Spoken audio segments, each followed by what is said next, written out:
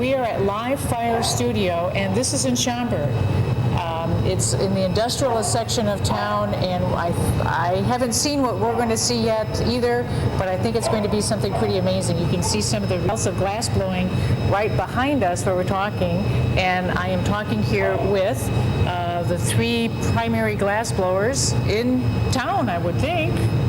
The only glass blowers in town. Yes, primary and only. Okay, well, you would know that, I wouldn't. So we've got Greg Sizek. Correct.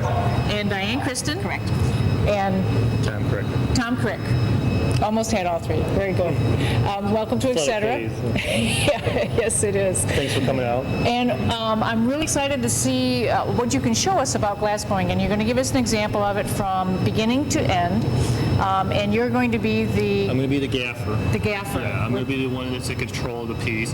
I'm going to have Diane and Greg assist me. Okay, great. We'll be responsible for anything that goes wrong. I see. You're Somebody to blame. the scapegoats. Is that how that works? Great. It's a team effort. First, how did this studio become possible?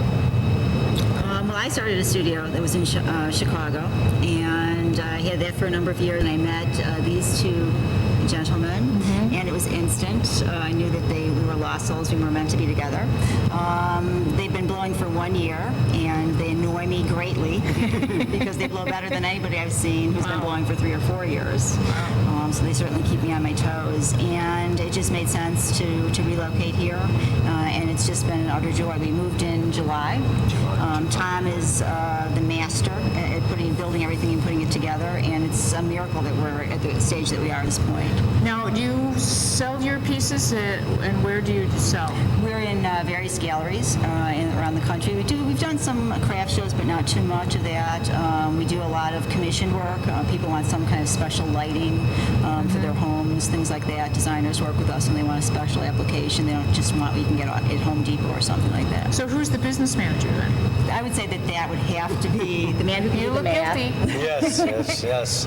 And you're out in the business world getting contacts from designers and interior That's folks. correct. With my primary job as a realtor, I also try to do the sales portion of this. We have just recently sold several pieces down in Southwest Florida to several galleries down there, and also down on Michigan Avenue here in Chicago. Great. Yes. Good. Well, you know what? Let's get started, and then, as in the process, we can get to some more facts. Okay. So Let's go. let's go. Now, Tom has gathered some glass, Yes. and he is going into the pipe. Putting in a And bubble. there's a bubble. And he's creating now what will be at the start of the piece. He's chilling the sides to stabilize the bubble. He's going to go over to the bench. And now he will chill and put his skin on the outside to protect that bubble so he can work it into a piece at a later point. And Tom, what kind of a piece are you making? I'm going to make a platter. He's going to make a platter. Okay. When you make a platter, putting the colors on, you do it in reverse of what you normally do, because the outside, it won't be seen. It's the inside that you want to. And the red color is because it's hot. It is very hot. Right now that is clear glass, but it's at about 2,000 degrees. And also to be noted on the blowpipe is we work on the pieces upside down. And so at a point there will be transferring the piece to a punty.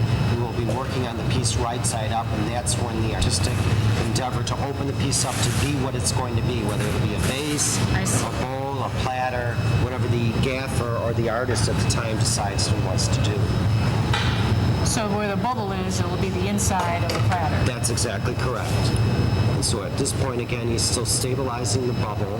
And that's a wooden tool. That's a wooden block, and you keep it in water. And what we're doing is that you keep it wet, it doesn't burn, and we just chill the hot molten glass to form a skin, so give it stability.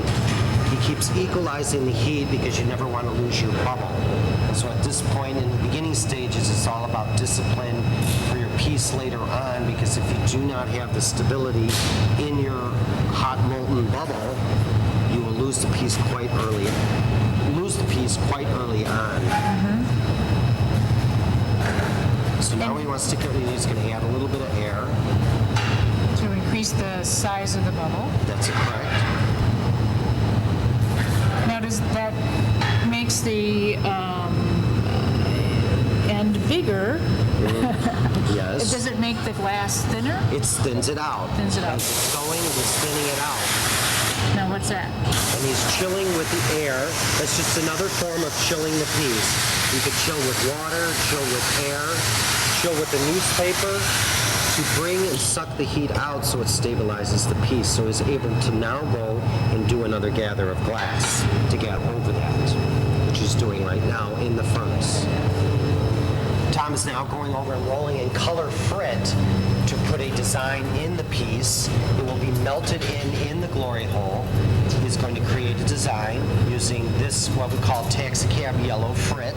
Those are big chunks of colored glass. And that's solid glass? That is solid colored glass that is compatible with the molten glass that he already has on the blowpipe. Now he's wrapping in the purple blue color, and he's going to burn that color in the glory hole.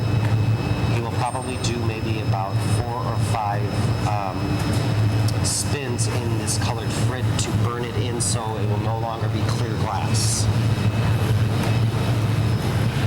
That's what the color of the piece actually will be. Beautiful color. Now, when you're talking about chilling it, here it's not cold, obviously. No. It's still very, very, very It's hot. chilled maybe It's just a little 500 degrees from the 2000. Okay. It's very, very sudden, but it never goes below anything below like 1200 degrees.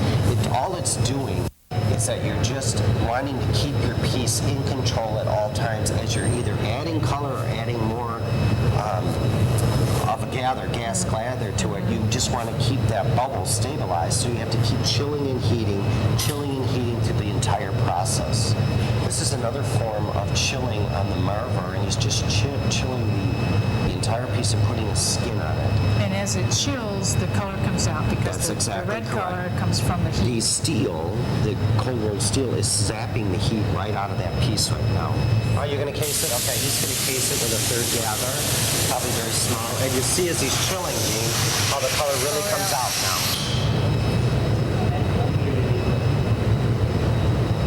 Diane's giving a little bench post so we keep the structure of the bubble going even all the way around as he's rolling.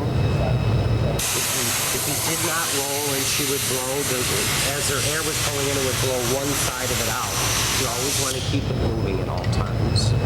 The glasses are protection for UV. UV and Okay. heat to keep your eyes moist. I would sort of? suppose that would be, but the idea is if you keep staring into that furnace or the glory hole, you see nothing but stars after a while. So it's protection, just like the sun.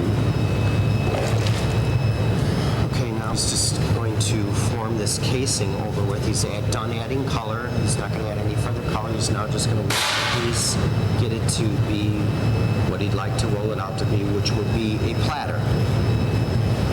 Which will be interesting because it doesn't look anything like a planet. No, it does not. What he has to do is he's got to chill this down. He's going to end up putting in a jack line. Then we are going to What's use a jack line? A jack line will be the point where it breaks off from the blowpipe. So it's like a thin-shouldered, as he's going to show it. It's a thin-shouldered area because you want to break off at its It's like smallest pinching point. it down to That is correct. And when you pinch it down, break off the top of the bubble. that's exactly correct. And then when you transfers over to the pipe, then you're going to be working right side up. So you can see he's created that now. That'll be the point in which he will transfer the piece. That's what will break off from the blowpipe.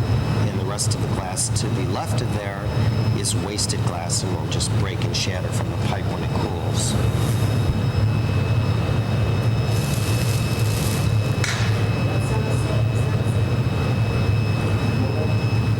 So he's chilling the bottom so the sides blow out. You'll see, so the bottom doesn't blow out any further. You see the sides are now expanding.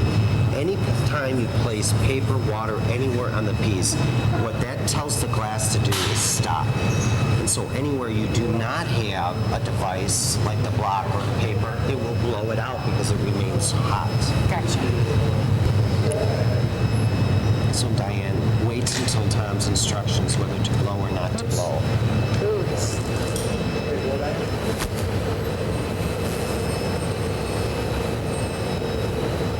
See, again, he can use a different device since this paper fell on the floor. He can utilize the jacks to chill as well. Isn't the jack heating up? It is heating up, but he's holding it at a different location. So it heats very, very precisely. It will not go through the entire set of jacks. And you'll see it being blown out completely now.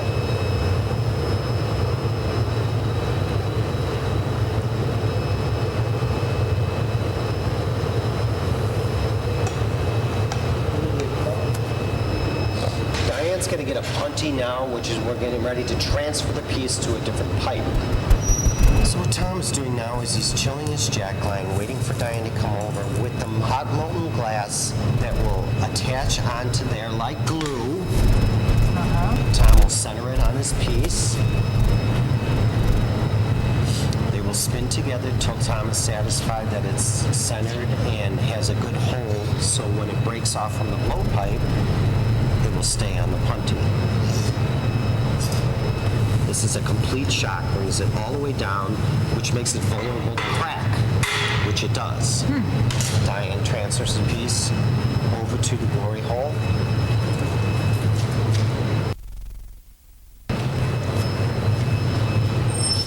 Pieces take 3 of you to work? Bigger pieces do at some times. Most of the time it can be done with 2. But the bigger pieces require sometimes 2 assistants because there's a couple of different things going on. So now Tom is going to pull the excess glass from the outside where he broke off from the blowpipe. We want to get rid of that hunk of extra glass because it serves no purpose to the piece. And what is Diane doing? Diane's keeping his fingers from being burnt out away. So she holds it there as a courtesy guard because it is extremely hot at that juncture. He is now going to reheat this. He's going to come back to the bench and he's going to use the scissors to cut away that molten glass.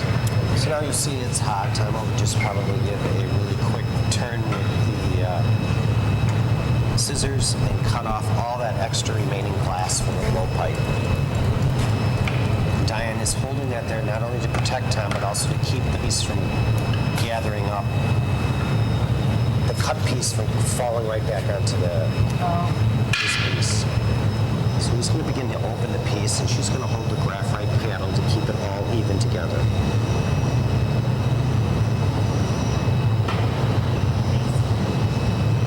Beautiful.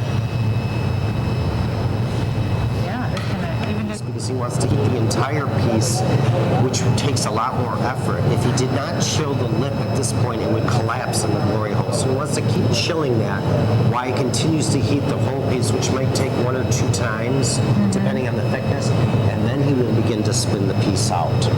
This is where you'll probably really want to watch when he's going to come now. His second turn, when he comes out, he will probably be spinning. He's going to do this one more time.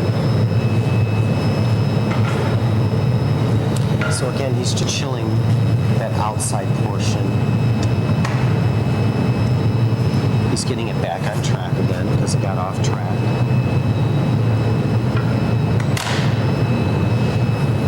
And that tool is called the Vachovis.